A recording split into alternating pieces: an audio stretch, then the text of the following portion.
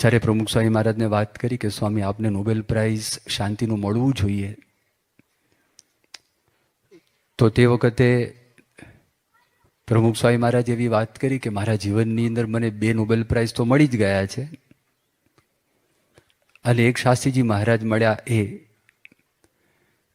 અને બીજો Nobel price મને યોગીજી મહારાજ મળ્યા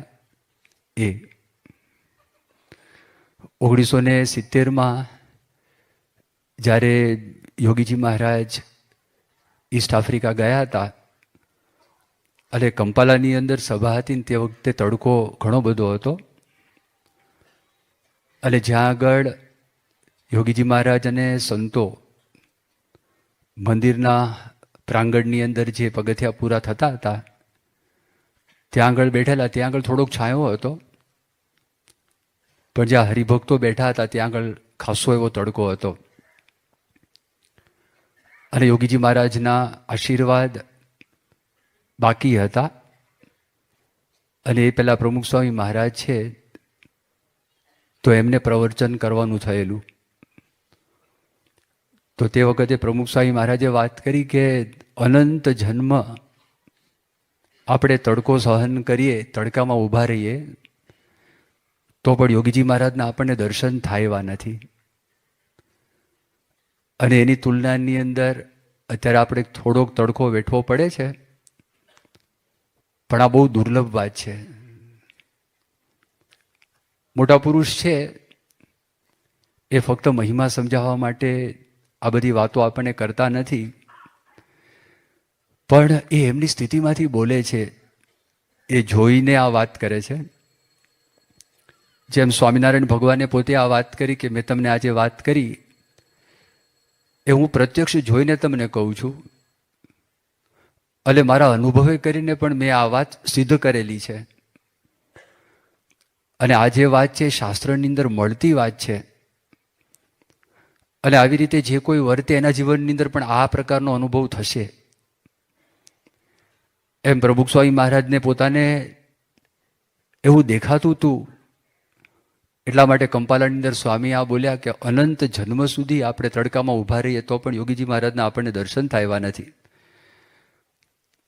અહીંયા આગળ જયેશ માંડણકાને પ્રમુખ સ્વામી મહારાજે આ જ વાત કરી હતી. શરૂઆતની અંદર પોતે ગાઈડ તરીકે સેવા કરતા હતા, અને કોઈ પણ મુલાકાતીઓ આવે તો અક્ષરધામની સામે નીચે પેલો ફુવારો છે, અને પછી તમે આગળ પ્લેટફોર્મ ઉપર ચડો તો એના પર કોર્ડલેસ માઇક લઈ અને અક્ષરધામના મહિમાની પોતે વાતો કરે, અને તડકો પણ વેઠે.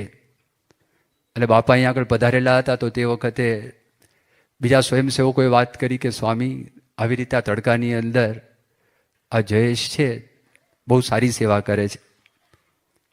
ત્યારે પ્રમુખ સ્વામી મહારાજ આ જ શબ્દો બોલ્યા કે અનંત જન્મ સુધી આપણે આ તડકો વેઠીએ, સહન કરીએ, તો પણ આ સેવા આપણને મળે એમ નથી. એટલે યોગી બાપાના વચન ફરી વખત આપણે વિચાર કરીએ. યોગી મહારાજ પોતે એવું બોલ્યા કે પ્રાપ્તિ મોટી થઈ છે, એમાં વિઘન આવવા દેવું નહીં. આપણી પાસે મોટું જોખમ હોય તો એ જોખમ આપણે સાચવવું પડે. તો નિષ્કુળાનંદ સ્વામી પોતે 64 પદીની અંદર વાત કરે છે કે જેની પાસે હોય જોખમ, જાળવો તે જતન કરી, માથે મોટા છે વેરી વિષમ, ખોટી નથી વાત ખરી, રહેવું નહીં ગાફલ ગમાર, માલ અતોલ મળે, કહે નિષ્કુળાનંદ વિચાર કરવો પડે પડે. જેની પાસે હોય જોખમ, જાળવો તે જતન કરી. બહુ મોટું જોખમ લઈને આપણે મુસાફરી કરતા હોય તો આપણે ધ્યાન રાખવું પડે, ખટકો રાખવો પડે. તો કહેશે જેની પાસે હોય જોખમ, જાળવો તે જતન કરી, માથે મોટા છે વેરી વિષમ, ખોટી નથી વાત ખરી, રહેવું નહીં ગાફલ ગમાર, માલ અતોલ મળે, કહે નિષ્કુળાનંદ વિચાર કરવો પડે પડે. ત્યારે યોગીજી મહારાજ બોલતા અને પછી સ્વામી વાત કરતા, અને પ્રમુખ સ્વામી મહારાજ પણ એવી જ રીતે વાત કરતા, યોગી બાપાનું સ્મરણ કરીને કે આમાં શું વાત કરી કે પડે પડે વિચાર કરો. પછી બાપા કે કલાકે કીધું ને, તો કલાકેની વાત નથી, આવા પડે પડની વાત કરેલી છે. આના માટે બહુ ખટકો રાખવો પડે તો આપણો ધર્મ પડે, અને ધર્મ પાયો છે તો મોક્ષના માર્ગમાંથી આપણે પાછા ન પડીએ. તો એના માટે પણ શ્રીજી મહારાજ આ જ શબ્દો વાપરે છે, ખટકાની વાત કરે છે. ગરડા પ્રથમ પ્રકરણનું 54મું વચનામૃત છે.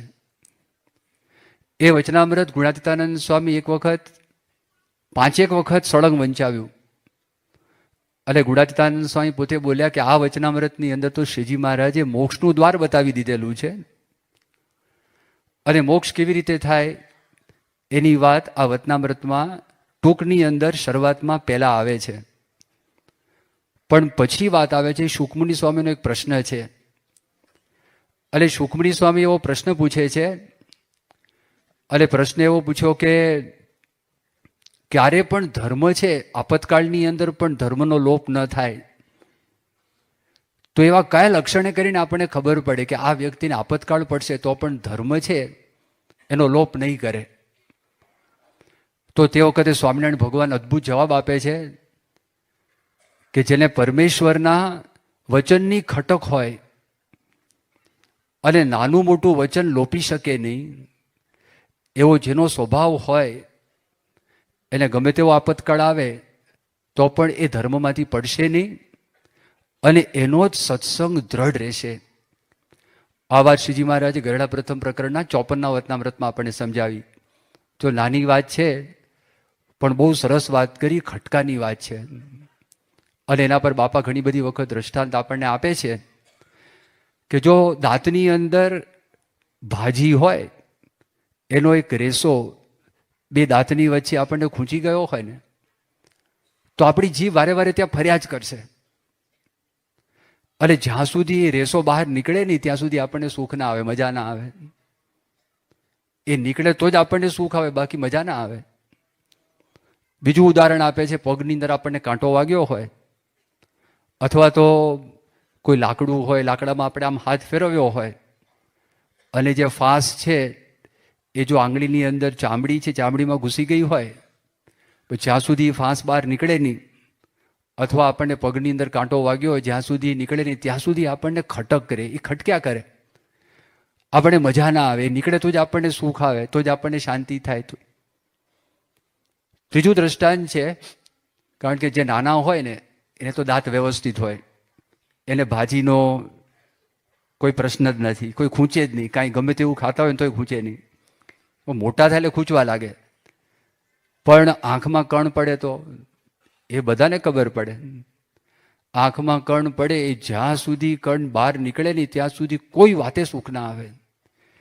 અરે કણ તો બહુ નાનું હોય પણ એ ખટક્યા જ કરે, ખટક્યા જ કરે, ખટક્યા જ કરે. અમે જ્યારે અભ્યાસ કરતા હતા સ્કૂલની અંદર, તે વખતે હિન્દીની અંદર એક કવિતા આવતી હતી, અને કવિતાનું શીર્ષક જ આ હતું, એક કણ.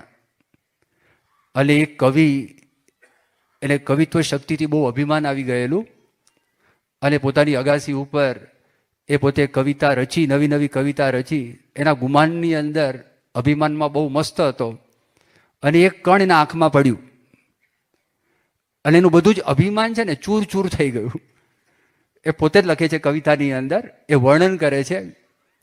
તો એવી રીતે આંખની અંદર એક નાનું પણ કણ પડે આપણને સુખ લેવા દેવ નહીં, અને આપણે પાણી નાખીએ તો પણ જો કદાચ નીકળે નહીં, ઘણા જીભની ટેરવો નાખીને પ્રયત્ન કરે તો પણ નીકળે નહીં. ઘણું રૂ હોય તો રૂની તમે એકદમ જે ડિવેટનો ઉપરનો ભાગ છે એને પાણીમાં બોળીને કરો તોય નીકળે નહીં. તો પછી આંખ લાલ થઈ જાય અને ડૉક્ટરની પાસે જવું જ પડે, અને જ્યારે એ ડૉક્ટર કાઢે ત્યારે જ તમને સુખ આવે, બાકી સુખ ના આવે. જો આ ખટકાની વાત છે. હવે એવો ખટકો આપણને આધ્યાત્મિક માર્ગની અંદર હોય, અને એવું જાણપણું પણ આપણને આધ્યાત્મિક માર્ગની અંદર હોય, તો આપણો સત્સંગ રહે. નહીંતર આપણને બહુ મોટી પ્રાપ્તિ થઈ છે, મોટી પ્રાપ્તિની અંદર આપણને વિઘ્ન આવી જાય, આપણને ખ્યાલ ના આવે. થોડીક અંતરદ્રષ્ટિ કરવી પડે, થોડોક વિચાર કરવો પડે. ગુણાતીતાનંદ સ્વામી વાતમાં લખ્યું કે નિરંતર સર્વક્રિયાની અંદર પાછું વળીને જોવું કે હું શું કરવા માટે આવ્યો છું અને શું થાય છે. આ બધી વાતો કરેલી છે. આપણે જે દિવસથી સત્સંગ થયો છે, તો શ્રીજી મહારાજે વચનામૃતમાં વાત કરી, ગરડા પ્રથમ પ્રકરણનું 38મું વચનામૃત. તો પોતાના મનનો તપાસ કરવો કે પ્રથમના વર્ષમાં મારું મન આવું હતું, મને ભગવાનના આટલા વિચાર આવતા હતા અને જગતના આટલા વિચાર આવતા હતા. પછીના વર્ષની અંદર જગત તરફની આસક્તિ મારી આટલી ટળી અને ભગવાન તરફની આસક્તિ આટલી વધી. એમ નિરંતર પોતાના મનનો તપાસ કર્યા કરો. આ પણ વાત મહારાજ આપણને સમજાવે છે.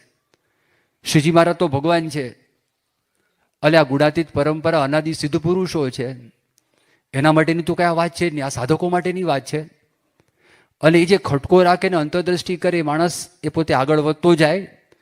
એટલે ખાસ આ જે ખટકાની વાત મહારાજે આપણને સમજાવી, તો એ જો શ્રીજી મહારાજના વખતમાં નિષ્કુળાનંદ સ્વામી થયા, તો નિષ્કુળાનંદ સ્વામીના જીવનની અંદર કેવો ખટકો હતો. નિષ્કુળાનંદ સ્વામીને ખબર પડી કે શ્રીજી મહારાજ એમને મહંત બનાવવા માગે છે. એ જેવી એમને ખબર પડી કે મને મહંત બનાવવા માગે છે, તો ત્યાંથી પોતે ભાગી ગયા અને ગઢાડી જતા રહ્યા. શ્રીજી મહારાજ કે નિષ્કુળાનંદ સ્વામી છે ક્યાં આગળ? ખબર પડી ગઢાડી જતા રહ્યા.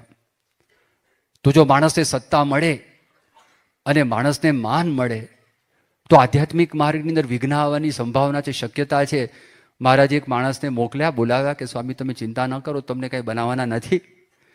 અને નિષ્કુળાનંદ સ્વામીને પાછા બોલાવી લીધા. એક વખત એવો પ્રસંગ થયો કે નિષ્કુળાનંદ સ્વામીના જીવનની અંદર એક ખેતરમાંથી પસાર થયા અને મરચીનું ખેતર હતું. બહુ સરસ મરચા થયેલા હતા અને નિષ્કુળાનંદ સ્વામીને મન થયું કે આપણે મરચું હું ખાઉં. જેવો સંકલ્પ થયો અને નિષ્કુળાનંદ સ્વામીને બીજો વિચાર થયો કે મને આ સંકલ્પ થયો જ કેમ, મને ખાવાનો વિચાર આવ્યો જ કેમ. અને જો આ ખટકો હતો નિષ્કુળાનંદ સ્વામીના જીવનની અંદર, તો નિષ્કુળાનંદ સ્વામી કીધું સારું વાંધો નહીં, તું ફરી વખત કોઈ દિવસ સંકલ્પ ના કરે ને એવું તને કરી આપું. એટલે નિષ્કુળાનંદ સ્વામી મરચા ખાધા, પણ એક મરચું, બીજું મરચું, ત્રીજું મરચું, ચોથું મરચું, પાંચમું મરચું, અને જાય નાકમાંથી પાણી, આંખમાંથી પાણી, ગળું બળે, બધું જ બળે, જે બળવું હોય બળે. એક વખત એને એવો દંડ દેવો છે જીભને કે ખો ભૂલી જાય. તો નિષ્કુળાનંદ સ્વામી કહેતા જાય લે ખા, બહુ ઈચ્છા થઈને ખા લે, અને દેતા જાય. ઓલો ખેડૂત વિચાર કરે સ્વામી શું ધાર્યું છે, સ્વામી કે ચટાકા થયા છે. જો નિષ્કુળાનંદ સ્વામીના મનમાં આવો વિચાર આવ્યો, ખટકો હતો. અને નિષ્કુળાનંદ સ્વામી એક આદર્શ સાધક હતા. નિષ્કુળાનંદ સ્વામીના જીવનની અંદર શ્રીજી મહારાજની મૂર્તિ સિવાય બીજું કોઈ અંતરની અંદર એમને ધારવું નહોતું. એવી પાકી દ્રઢતા એમના અંતરમાં હતી. અને નિષ્કુળાનંદ સ્વામીએ શ્રીજી મહારાજના યોગથી પોતાના જીવનમાં અનુભવ પણ કરેલો હતો. એટલે એમના મનની અંદર થયું કે એક દિવસ તો મારે આ કરવાનું છે. જે પ્રેમાનંદ સ્વામીનું ભજન છે, તમારી મૂર્તિ વિના મારા નાથ રે બીજું મુને આપશો માં, હું તો એ જ માગું છું જોડી હાથ રે બીજું મુને આપશો માં. છેવટે એ જ સર્વ સુખના નિધિ છે, તો પછી મારો ટાઈમ કેમ બગાડું. આવો ખટકો એમને હતો. એ ખટકો તો ફરી વખત જીભ કોઈ સંકલ્પ કરે કે આ તો બહુ ભયંકર લાગે છે માણસ, એટલે મરચાને પણ એમ થાય આ તો મારી પાડશે, ઉપાધિ કરશે. બીજું તમે દ્રષ્ટાંત જો, આપણે ત્યાં આગળ જોગીદાસ ખુમાણ હતા. અને જોગીદાસ ખુમાણ એવું કહેવાય છે, નરેન્દ્રભાઈ મોદીએ આ પ્રસંગ કીધો. એક વખત સાંજનો સમય થઈ ગયો હતો, સૂર્યાસ્તની તૈયારી હતી, અને એક જુવાન કન્યા એને કોઈ કામ આવી પડેલું, એટલે એને બીજે ગામ જવું પડે એમ હતું. રસ્તાની અંદર જંગલ આવતું હતું, અને તે વખતે આ એકલી જ કન્યા પોતે ત્યાંથી જતી હતી બીજે ગામ જવા માટે. અને બે ભોકાની પહેરેલા કાં તો એક ઘોડેસવાર ત્યાં આગળ મળે છે, બહુ કદાવર અને બીક લાગે એવા. એટલે એકદમ જ પેલા બેનની સામે આવ્યા તો સ્વાભાવિકપણે બેન તો ગભરાઈ જાય. એટલે ઘોડેસવાર પોતે નીચે ઉતરે છે, અને નીચે ઉતરીને પેલીને કહે છે કે આ અંધારું થઈ ગયું, તમે એકલા કેમ, તમને કોઈ ડર લાગતો નથી? ત્યારે એમણે વાત કરી કે આ પ્રદેશની અંદર જોગીદાસ ખુમાણનું વિચરણ છે, કોઈની તાકાત નથી કે સ્ત્રી સામે કોઈ કાંઈ ઊંચી નજરે જોઈ શકે. એ પોતે જોગીદાસ ખુમાણ હતા જે ઘોડા પર આવેલા ને. એના મનની અંદર એટલો બધો રાજીપો થયો, ઓહો, આ બેનના મનમાં આટલો બધો મારા પર વિશ્વાસ છે. હવે એક વખત પ્રસંગ એવો બન્યો, આ તો મન છે, મોટા મોટા દેવતાઓ, મોટા મોટા ઋષિઓ, મોટા મોટા મુનિઓ, એ લોકો પણ આ માર્ગે લપસી પડેલા છે અને હજારો વર્ષોના તપ છે. એ અપ્સરાઓ હોય, મેનકાઓ હોય, રંભા હોય, એ ત્યાં આગળ એને મોહ પમાડવા માટે આવે અને આવા પ્રસંગો બની ગયેલા છે. અને ક્યારેક એવા દેશકાળ પણ આવે તો જેમ ગુણાતાન સ્વામી વાતમાં લખ્યું કે ગમે તેવો આંટુકદાર હોય અને તીરે કરીને લવિંગને પણ આંટી દે એવો આંટુકદાર હોય, પણ જો પવનનો વાયરો આવે તો એ જે તીર છે તીરને ફગાવી દે અને એ નિશાન છે તો એ નિશાનને પોતે ચૂકી જાય. ગમે તેવો તરવૈયો હોય પાણીની અંદર, પણ એને ભમરી છે, ભમરી બુડાડી દે. એવી રીતે આ દેશકાળ ક્રિયાસંગ એવા છે, માણસ ગમે તેટલો મક્કમ હોય, ગમે તેટલી દ્રઢતા કરી હોય, પણ એના જીવનની અંદર કંઈક ફેરફાર થઈ જાય. એમ જોગીદાસ ખુમાણ માટે આ કન્યાએ આવી વાત કરી, પણ એ જોગીદાસ ખુમાણને એક વખત પોતે જતા હશે અને બહેનો જતી હશે ત્યાં આગળ, અને એમની દ્રષ્ટિ કોઈ બહેન ઉપર ગઈ, બીજો કોઈ પ્રસંગ તો બન્યો નથી, ત્યાંથી પોતે નીકળી પણ જાય છે, દ્રષ્ટિ પણ ફેરવી લીધી, પણ એના મનની અંદર વિચાર આવ્યો. એટલે જોગીદાસના મનની અંદર એમ થયું, ખટકો હતો, અને એમના મનમાં વિચાર થયો કે હું જોગીનો દાસ કેવા હોઉં, અને મારા મનની અંદર આ વિચાર આવ્યો છે, વિચાર યોગ્ય નથી, હવે શું કરું? હવે જો એને દંડ આપે છે, અને દંડ કેવો આપે છે, ફરી વખત આંખ છે બીજો કોઈ સંકલ્પ ન કરે. નિષ્કુળાનંદ સ્વામી મરચા ખાધા અને જોગીદાસ ખુમાણે પોતાની આંખની અંદર મરચાની ભૂકી હતી, ભૂકી આંજી દીધી કે ફરી વખત કોઈ દિવસ મન પણ સંકલ્પ ન કરે અને આંખ પણ વિચાર ન કરે. આને કહેવાય ખટકો. અને આપણા જીવનની અંદર આપણે એ માર્ગે ચાલેલા છીએ અને આપણે ભગવાનને પ્રાર્થના કરી, પ્રમુખ સ્વામી મહારાજને પ્રાર્થના કરી, અને એ માર્ગ આજે નહીં તો કાલે એક દિવસ તો એ માર્ગ ઉપર ચાલવું જ પડશે, કારણ કે આખો સંસાર જ એવો છે. એ વખતે આવા બધા પ્રસંગો નહોતા. આજના જમાનાનો તમે વિચાર કરો, છાપું ખોલો, મેગેઝિન ખોલો, તમારો મોબાઈલ ખોલો, રસ્તા પર તમે ચાલતા હોય, તમારી ઈચ્છા હોય ના હોય, આગળની ગાડીઓ જતી હોય, ગાડીઓ પાછળ ચિત્રો ચોંટાડેલા હોય, રસ્તાની અંદર બિલબોર્ડ્સ ચોંટાડેલા હોય, જ્યાં નજર કરો સર્વત્ર આનું જે બળ છે, આનો જે પ્રભાવ છે દેખાય છે. તો એની અંદર આપણે ખટકો રે, અને દરેક વ્યક્તિએ પોતે જ ખટકો રાખવો પડે અને પોતે જ મનની અંદર નક્કી કરવું પડે. અને બળ આપનારા ભગવાન છે, બળ આપનારા પ્રમુખ સ્વામી મહારાજ છે, એ જો કરે તો જીવની અંદર બહુ મોટું બળ પ્રાપ્ત થાય છે.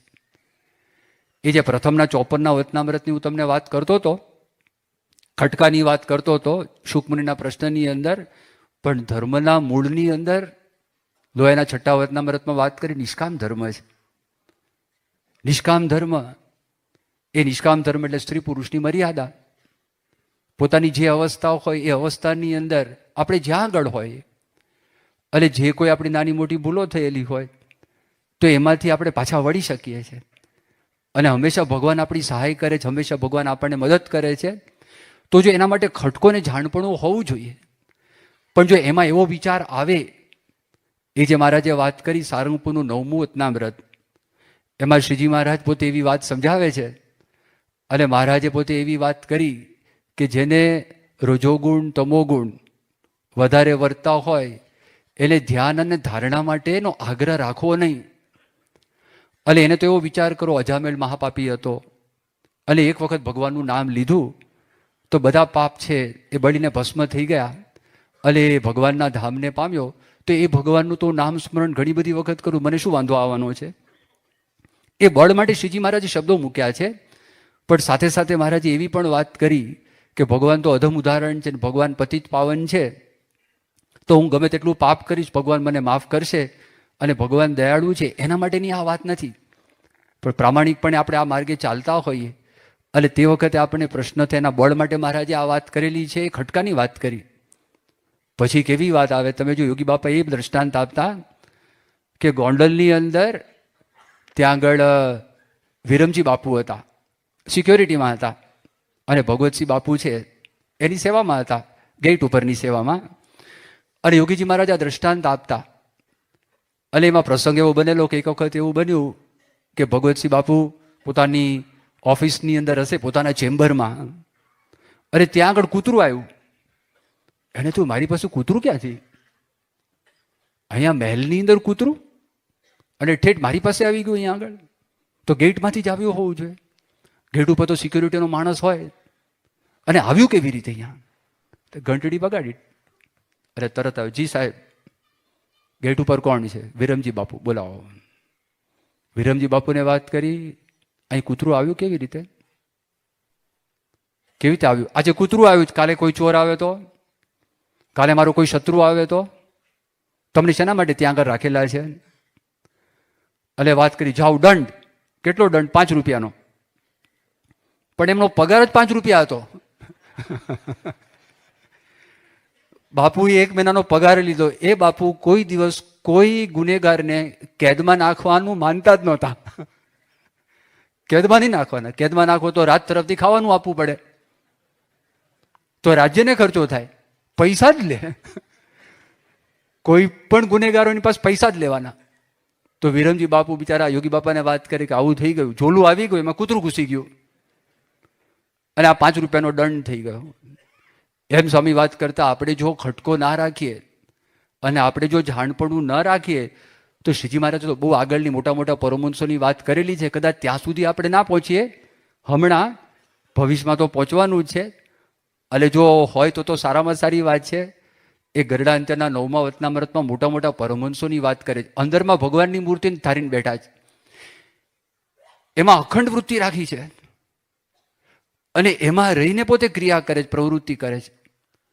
અને જ્યાં આગળ ભગવાનને ધાર્યા ત્યાં આગળ કામ ક્રોધાદી કોઈ ચોર ચકારને પેસવા દેતા નથી. અને જેમ રાજાના સૈનિક હોય શૂરવીર થઈને, એ રાજા પાસે કોઈ ચોર ચકારને પેસવા દે નહીં. એવી રીતે શ્રીજી મહારાજે વાત કરી, મારા મોટા મોટા પરમહંસ છે, એ કોઈ અંતરશત્રુને ત્યાં આગળ પહોંચવા દેતા નથી. જોરાવરી કોઈને કોઈ પ્રવેશ કરવા માટે જાય તો એના કટકા કરીને મારી નાખે છે. આવી વાત શ્રીજી મહારાજ વચનામૃતમાં કરે છે.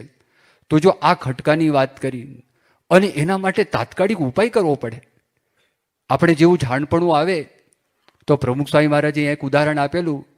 જ્યારે આઈમેક્સનું શૂટિંગ ચાલુ હતું, અને તે વખતે પ્રમુખ સ્વામી મહારાજ વચ્ચે એક વખત શૂટિંગ થયું હોય, બરોબર ના થયું, બીજી વખત રિપીટ કરવું હોય, તો એ વચગાળા દરમિયાન પ્રમુખ સ્વામી મહારાજ અક્ષરધામની અંદર ત્યાં આગળ સ્વામી માટેનું આસન બનાવેલું, ત્યાં બેઠા હતા. અને તે વખતે બાપાએ ઘણી બધી વાતો કરેલી. એમાંથી એક વાત સ્વામી એવી વાત કરી હતી કે આળસ એ પ્રમુખ સ્વામી મહારાજની નિજી વ્યાખ્યા છે પોતાની, કે 1 સેકન્ડનું પણ આપણે જો ડિલે કરીએ ને એ આળસ કહેવાય. આ પોતાની વ્યાખ્યા. આપણે કામ કરવું જ છે, આપણે કે કાલે કરીશું તો બહુ મોટી આળસ થઈ ગઈ, કલાક પછી કરીશું એ બહુ મોટી આળસ થઈ ગઈ. 1 સેકન્ડ પણ જો આપણે મનમાં વિચાર આવે ડિલે, એ તો બાપાની વ્યાખ્યા છે. પણ એના કરતાં આગળની વાત કરી, આપણને ખબર પડે કે મારામાં દોષ છે, અને એ આપણે રાખી મૂકીએ, અને એ ટાળવા માટે આપણે જો પ્રયત્ન ના કરીએ, સ્વામી કે આળસ છે. એક વખત ટાળવાનો જ છે. 50 વર્ષ પછી ટાળીએ, 100 વર્ષ પછી ટાળીએ, વર્ષ પછી ટાળીએ, 6 મહિના પછી ટાળીએ, કે દિવસ પછી ટાળીએ. એ જ્યારે નક્કી કરીએ એટલું તો આપણે જ કરવું પડે. એ ભગવાનને સંત ના કરી આપે. મનમાંથી કાઢે, દેહ કરીને ખટકો હોય તો કાઢે, પણ આ વાત કરે તાત્કાલિક, અમુક વસ્તુ તાત્કાલિક કરવી પડે. અમદાવાદ મંદિરમાં આગ લાગેલી. આપણું જે શિખરબદ્ધ મંદિર છે, તો મંગળા આરતી પહેલા આત્મસ્વરૂપ સ્વામી પ્રદક્ષિણાની અંદર વોકિંગ કરવા માટે નીકળેલા. તે એમણે જોયું નીચેથી ધુમાડો નીકળે છે. ત્યાં છે ને, તમે જોશો તો ઉપર વેન્ટિલેશન જેવું છે, નીચે અભિષેક મંડપ છે. એ તો અભિષેક મંડપ હમણાં થયો. શરૂઆતમાં તો ત્યાં આગળ અહીંયા આપણે જેમ બુક સ્ટોલ છે ને, તો આખા મંદિરનો બુક સ્ટોલ ત્યાં જ આવી જતો હતો. તો એમાં અક્ષરપીઠના બધા સાધનો હતા, વસ્તુઓ હતી. એટલે એમ તાત્કાલિક ઈશ્વર સ્વામીને વાત કરી, ફાયર બ્રિગેડમાં જાણ કરી, ફાયર બ્રિગેડના માણસો બધા ત્યાં આગળ આવી ગયા. અને આવી ગયા, અને પછી તો બહુ ધુમાડો થઈ ગયો, અને આગ પણ લાગી ગયેલી હતી. એટલે એ લોકો આ ફાયર બ્રિગેડના ફાયર હોસથી ફૂલ જબરજસ્ત ફોર્સથી આ આગને બુઝાવવા માટે પ્રયત્ન કરતા હતા. આગ તો બુઝાઈ ગઈ. અને પછી બારણું ખોલ્યું, અને બારણું ખોલી અને જ્યાં આગળ આ લોકોએ તાકીને બધું કરતા હતા, એ પિલર તો ગરમ થઈ ગયો હતો અને એ પિલરમાં ક્રેક પડી. હવે એ ક્રેક પડી તો એ બધા જે પિલરો હતા ઉપર જે ઘુમ્મટ છે, તો ઘુમ્મટનો સપોર્ટ આ બધા નીચેના પિલરો ઉપર હતા. એમાંનો એક પિલર હતો અને બાજુમાં પિલર, એમાં એ ક્રેક પડી. એટલે જોયું કે જો આમાં તૂટશે તો આખો આખો ઘુમ્મટ નીચે આવે, તો શિખર પર નીચે આવે, બધું આવે. એટલે તાત્કાલિક યુદ્ધના ધોરણે એ બે પિલર વચ્ચે આપણે સિમેન્ટ ને ઈંટો અને સિમેન્ટ કોન્ક્રીટનું જે કાંઈ કરવાનું હતું એ બધું જ વ્યવસ્થિતપણે આખી સળંગ દિવાલ છે ને, દિવાલ ત્યાં આગળ બે પિલર વચ્ચે કરી દીધી, જેને કરીને બીમને સંપૂર્ણપણે સપોર્ટ રહે. તો ત્યાં આગળ છે વાર ના ચાલે. હવે ઇન્સ્ટન્ટ પગલું લેવું પડે કે ના લેવું પડે? એ લેવું પડે, એ જોવું જ પડે. તમે જો, કારણ કે એમાં કંઈક થઈ જાય તો મોટું નુકસાન થાય. આ પ્લેનમાં માણસો ટ્રાવેલિંગ કરે છે તો પ્લેનના ટ્રાવેલિંગની અંદર કેટલું બધું જાણપણું રાખે છે, કેટલી વખત ચેકિંગ. તમે જેવા દાખલ થાઓ, તમારે લગેજમાં જે સામાન મૂકવાનો છે એક્સરેમાંથી પસાર કરવાનો કે આની અંદર બોમ્બ નથી ને, એ તપાસ કરવું પડે. હવે એ થાય પછી તમે આગળ વધો અને તમારે જો પરદેશ જવાનું હોય તો પહેલાં એ તમને પહેલાં પાસપોર્ટ તમારે આપવાનો એક જગા, અને એની અંદર એ તમારું નામ કોમ્પ્યુટરની અંદર દાખલ કરે અને દાખલ કરીને જુએ પોલીસ ક્લિયરન્સ આ લોકોને મળ્યું છે કે નથી મળ્યું આ નામની સામે. એટલે પછી એક સીલ મારે, ડિસએમ્બાર્કેશન સીલ. પછી તમારા ખભા ઉપર જે સામાન હોય એ સામાન તમે લઈને જાઓ તો ફરી વખત એ જે સામાન છે એ એક્સરેમાંથી પસાર કરવાનું, અને તમારી જાતને પણ મેટલ ડિટેક્ટરમાંથી, ડોરવાળું મેટલ ડિટેક્ટર એમાંથી પસાર થવાનું. એ પસાર થયા પછી લો CISFનો જવાન હોય, એની પાસે હાથનું ડિટેક્ટર હોય તો તમારા માથા ઉપર ને હાથ કે પડા કરો અને આખા શરીરે ઊંચે નીચે બધે જુએ ને ત્યાં ટૂંટું ટૂંટું થાય એટલે પાછા મોકલે. આ ટૂંટું ટૂંટું કેમ થાય છે? એટલે જેટલા ધાતુની વસ્તુઓ પાછી મૂકવાની એ કરે. એટલે ત્યાં આગળ એક સિક્કો મારે એટલે ખબર પડે કે આ માણસને મેં ચેક કરેલા છે. એટલે તમારો જે સામાન, જે હાથનો સામાન ગયો હોય તો એના ઉપર જે ટેગ હોય એના પર એક સિક્કો મારે, ખબર પડે કે આ સામાન પણ ચેક થયો છે. ત્યાં વળી તમે પેલા લાઉન્જની અંદર જાઓ, તમારું નામ જાહેર થાય તો મારો બોર્ડિંગ પાસ તમે ત્યાં આગળ આપો.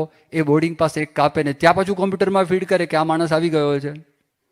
વળી ત્યાંથી પ્લેનમાં જતા પહેલા દરવાજા પર ઊભા રહો, ત્યાં પાછો એક જવાન ઊભો હોય, એ તમારો હાથનો સામાન જોવે, મારો સિક્કો લાગ્યો છે કે નથી લાગ્યો. આ તો ઇન્ટરનેશનલ ફ્લાઇટની અંદર. પણ તમારે પાછું જો રસ્તામાં બદલાવાનું હોય તો તમારો બોર્ડિંગ પાસ સાથે જોઈએ. રસ્તામાં પાછો માણસ માગે બોર્ડિંગ પાસ તમે લાવો, પછી એનાથી એને સંતોષ થતો જ નથી. જ્યાં ઉતરો થાય ફરી વખત બધી વિધિ. હવે જો એમાં ગાફલાઈ રાખે અને એમાં જો ખટકો ના રાખે, આખું પ્લેન નીચે આવે કે ના આવે? કેટલા માણસો મરે, કેટલા માણસો મરી જાય વિચાર કરો. એક જમ્બો જેટ તૂટે તો જમ્બો જેટની 400 માણસો હોય, એ 400 માણસો તો મરી ગયા, પણ જમ્બો જેટની કિંમત કેટલી છે? એ જમ્બો જેટ 747 છે ને, મોટું તોતિંગ રાક્ષસી 747-8 નવું વર્ઝન જમ્બો જેટનું છે, 23 અબજ રૂપિયા કરતાં વધારેની કિંમત છે. એક પેલા બોમ્બ નાખે તોડી નાખે, માણસો ગયા એ જુદા. ત્યાં ખટકો રાખવો પડે, એકદમ સખત ખટકો, ત્યાં ચાલે નહીં. અને સહેજ ગાફલાઈ થઈ અમેરિકાની અંદર વર્લ્ડ ટ્રેડ સેન્ટરમાં, તમે જુઓ શું હાલત થઈ ગઈ. વર્લ્ડ ટ્રેડ સેન્ટરની અંદર અમેરિકાનું CIA જાસૂસી તંત્ર, FBI બીજું જાસૂસી તંત્ર, NSA ત્રીજું જાસૂસી તંત્ર, આ બધા મોટા મોટા પાસે એ લોકો પાસે ઇન્ફોર્મેશન આવેલી કે આતંકવાદીઓ કંઈ પ્રયત્ન કરી રહ્યા છે, કામ કરી રહ્યા છે. પણ એ ગાફલાઈ રહી, અંદરનું જે કોર્ડિનેશન હતું એ કોર્ડિનેશનમાં સહેજ ગાફલાઈ રહી અને અમેરિકાની અંદર જ આતંકવાદીઓ ટ્રેન થયા, અમેરિકાની અંદર જ પાયલટ બન્યા અને એ લોકોએ નક્કી કર્યું જે 4 વિમાનને હાઈજેક કરી અને કેવા કેવા સ્થાનો, વર્લ્ડ ટ્રેડ સેન્ટર, આર્થિક તંત્ર. તો આર્થિક તંત્રનું મૂળ એવા 2 મકાન, સિક્યોરિટીનું મૂળ એના હેડક્વાર્ટર્સ પેન્ટાગોન, રાજકારણનું મૂળ કેપિટલ હિલ ત્યાં આગળ, આવા 4 સ્થાન એ લોકોએ મનમાં નક્કી કર્યું. અને કેપિટલ હિલ અને વ્હાઇટ હાઉસ જ્યાં રાષ્ટ્રપતિ રહે, એ સામાન્ય બધા સ્થાન હતા જ નહીં. અને આ સ્થાન ઉપર 4 સ્થાન ઉપર એ લોકોને અટેક કરવાની ઈચ્છા હતી. એમાં પેન્ટાગોન ઉપર ને વર્લ્ડ ટ્રેડ સેન્ટર ઉપર તો થયું જ. આ બધા જાણો છો. આ પ્રસંગ ભલે 2001ની સાલની અંદર પ્રસંગ બની ગયો, પણ તમને ખબર હશે એ 2 સ્થાન તો થયા. અર્થતંત્ર અને મિલિટરીનું સ્થાન, એના પર તો ધડાકો થયો. પહેલા 2 બચી ગયા, કારણ કે પહેલાં જાગૃતિ આવી ગઈ હતી કે આ લોકો આની પાછળ પડેલા છે. પણ નુકસાન થયું. 3000 માણસો મરી ગયા. ફાયર બ્રિગેડના લગભગ 350 જણા ફાયર બ્રિગેડના મરી ગયા. પેન્ટાગોનમાં 100 માણસો મરી ગયા. અને નુકસાની કેટલી થઈ? એ જે બધા મકાન પડ્યા, $100 અબજ. તો એ બધા જે નુકસાની કરી એના $100 અબજ ગણતરી કરેલી છે, ન્યુયોર્ક ટાઈમ્સની અંદર આવેલું. $100 અબજ. પણ $100 અબજ ફક્ત એટલું નહીં. પછી એને લીધે અટેક કર્યો અફઘાનિસ્તાન ઉપર અમેરિકાએ, ઈરાક ઉપર અટેક કર્યો, પોતાના માણસોને મોકલ્યા.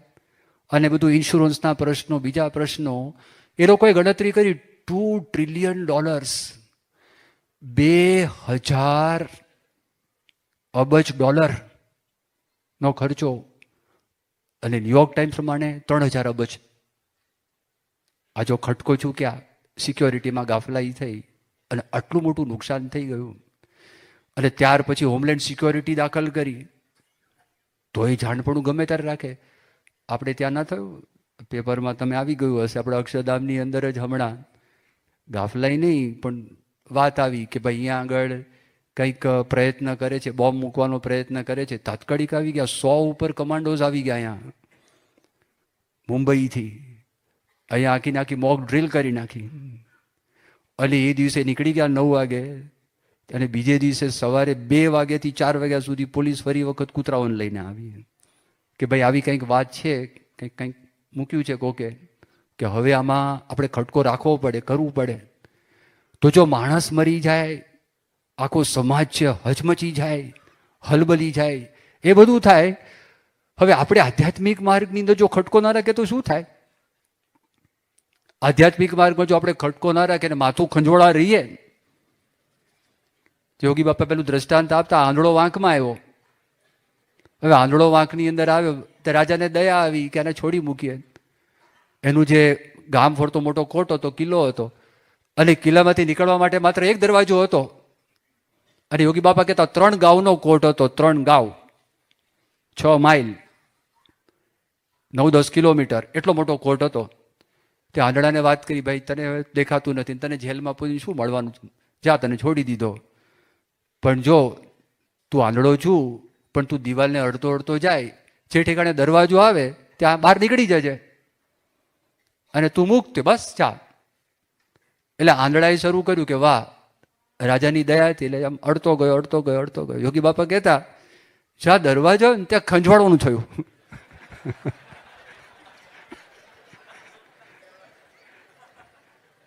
તે ખંજવાળતા ઊભો ન રહ્યો. એ નીકળી ગયો આગળ. તો ફરી વખત 3 ગાઉનો ચકરાવો. એમ આપણને આ 3.5 કરોડ પ્રાકૃત પ્રલય પછી મનુષ્ય દેહ મળ્યો. અને એ મનુષ્ય દેહ મળ્યા, એની અંદર આપણને મુક્તિ અપાવે એવા સત્પુરુષની આપણને પ્રાપ્તિ થઈ. હવે આપણે માથું ખંજવાળા જઈએ તો તે 84 લાખનો ચક્રાવો ફરી વખત ઊભો થઈ જાય. એટલે અત્યારે એકદમ જાગૃત થઈ જવું પડે, એકદમ સાવધાન થઈ જવું પડે. આવો યોગ આપણને વારે વારે મળે એવો છે જ નહીં. તમે લોકો ગ્રહસ્થ છો, તમારે નોકરી, ધંધો, બૈરા, છોકરા આ બધા તમારે છે, પણ જેવા તમને ફ્રી ટાઈમ મળે, નવરાશ મળે, તો એક આદત કરવા જેવી જ. બાકી 100 વર્ષ સુધી આદત પડે એવી નથી. આપણે એમ કહીએ હજી ચાલશે, તો એ આદત પડે એવી છે જ નહીં. વિચાર કરજો. અને આપણે વિચાર કરીને નક્કી કરે કે મારા જીવનમાં ચલો હું પૂજા કરતો નથી, મારે પૂજાનો પ્રારંભ કરવો છે, તેનું મુહૂર્ત જોવાનું ના હોય, એ કાલથી શરૂ કરી દેવું જોઈએ. આપણા મનમાં સંકલ્પ થતો હોય કે તિલક ચાંદલો કરું કે ના કરું. હવે એ લક્ષ્મી ચાંદલો કરવા માટે આવી છે ને આપણે મોઢું ધોવા જઈએ. એના માટે મુહૂર્ત જોવાનું ના હોય. ઘર સભા માટે મુહૂર્ત જોવાનું ના હોય, આપણી રવિવારની સભા માટે મુહૂર્ત જોવાનું ના હોય. એક વખત મનમાં નક્કી કર્યું કે મારે આ કામ કરવું છે તો કરતા જ જવાનું, ખટકો રાખવાનો. અને આગળની વાત તો કેવી વાત છે, ક્યાં સુધીની વાત છે. પ્રેમાનંદ સ્વામી લખે છે મધ્યનું 48મું વતનામ્રત. એ પ્રેમાનંદ સ્વામી માટે શ્રીજી મહારાજ મધ્યના 48ના વતનામ્રતમાં લખે છે કે પ્રેમાનંદ સ્વામી વંદુના પદ બનાવ્યા અને ત્યાર પછી સ્વામિનારાયણ ભગવાન બોલે આપણને આવા ભગવાન મળ્યા અને એ ભગવાનનું સ્મરણ ચૂકીને, ભગવાનનું સ્મરણ ભૂલીને આપણે બીજું સ્મરણ કરીએ તો અતિશય ભૂલ્યો જાણવો. જો એનો અર્થ એમ નથી કે લગ્ન કર્યા હોય તો પછી બૈરાનું ધ્યાન ન રાખવું. હા, એ આજ્ઞામાં આવે છે, યાદ રાખજો. આજ્ઞા એ ભગવાનની મૂર્તિ છે. નોકરી ન કરવી એવું નથી આવતું, ધંધો ન કરવો એવું નથી આવતું. નોકરી ધંધો કરતા કરતા કરતા આપણે ક્યાં ભગવાન સાથે જોડાઈ શકીએ છીએ એની આ વાત છે. અને એ જો ખટકો રાખીએ, અને એમાં સૌથી મોટો ખટકો કયો? નિશ્ચયમાં ફેરફાર થવા દેવો નહીં. કદાચ 2-5 માળા ઓછી વધુ થાય ને બહુ વાંધો નથી. કદાચ આપણે ઉપવાસ, શું કહેવાય, નિર્જળ ઉપવાસ કે સજળ ઉપવાસ ન કરી શકતા હોય તો બહુ વાંધો નથી. ફ્રૂટ ખાઈને કે લિક્વિડ કે ફરાળથી એ ચાલે. પણ નિશ્ચયમાં નિશ્ચય છે એ ન થવું જોઈએ. એકદમ પાકું રાખવું જોઈએ કે શ્રીજી મહારાજ આપણને મળ્યા એ આપણા ઈષ્ટદેવ ભગવાન છે, સર્વોપરી ભગવાન છે. ગુણાતાન સ્વામી મૂળાક્ષર છે, પ્રગટ સત્પુરુષ પ્રમુખ સ્વામી મહારાજ મોક્ષનું દ્વાર છે. એમાં કોઈ દિવસ ફેરફાર ન થવો જોઈએ. આખી દુનિયાના માણસો એમને સ્વીકાર કરવો હોય તો કરે, ન સ્વીકાર કરવો હોય તો કંઈ નહીં. પણ આવા ગુરુ નથી મળવાના. એવી વાતની પાક્કી દ્રઢતા જીવનની અંદર કરીએ અને પછી જે બેઝિક નિયમ છે એનું પાલન કરીએ તો પણ પ્રમુખ સ્વામી મહારાજ આપણા પર દયા કરશે અને આપણી બધી કસર ટાળી અને આપણને ભ્રમરૂપ કરી અને ભગવાનના ધામમાં મોકલી આપશે. આવો સત્સંગ પ્રાપ્ત થયો છે. ખટકો વધારીએ, જાણપણું વધારીએ, અંતરદ્રષ્ટિ વધારીએ, નિયમિત પ્રાર્થના કરતા રહીએ. શ્રી સ્વામિનારાયણ ભગવાનની જય.